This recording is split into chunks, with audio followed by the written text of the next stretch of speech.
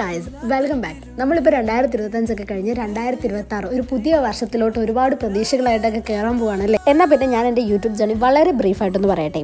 ഞാൻ ആദ്യമായിട്ടൊരു YouTube channel തുടങ്ങുന്നത് 2022 അതായത് ഞാൻ ഡിഗ്രിക്ക് പഠിക്കുന്ന കാലഘട്ടം. ആ സമയത്ത് എനിക്ക് എങ്ങനെ വീഡിയോ എഡിറ്റ് ചെയ്യണം, പോസ്റ്റ് ചെയ്യണം, അല്ലെങ്കിൽ എങ്ങനെ വോയിസ് ഓവർ കൊടുക്കണം, അതിനെപ്പറ്റിയൊന്നും വലിയ ഐഡിയ ഇല്ല. അപ്പോൾ നമ്മൾ ആദ്യമായിട്ടൊരു കാര്യം ചെയ്യുമ്പോൾ എന്തായാലും അതൊരിക്കലും പെർഫെക്റ്റ് ആവത്തില്ല അല്ലേ. Experience make a man perfect എന്നല്ലേ. പക്ഷേ ഞാനിടുന്ന വീഡിയോ ക്രിഞ്ചാന്ന് എനിക്ക് തന്നെ അറിയാം. എന്നാലും നമ്മൾ നമ്മുടെ ഒരു ആഗ്രഹത്തിന് പുറത്തിടുന്നില്ലേ. അത് കഴിഞ്ഞിട്ട് നമ്മളിത് കോളേജിൽ ചെല്ലുമ്പോഴത്തേക്ക് ഈ പിള്ളേർ നമ്മളെ ഒബിയസ് ആയിട്ടും കളിയാക്കും. അവരുടെ തെറ്റല്ല, അതങ്ങനെയാണ്.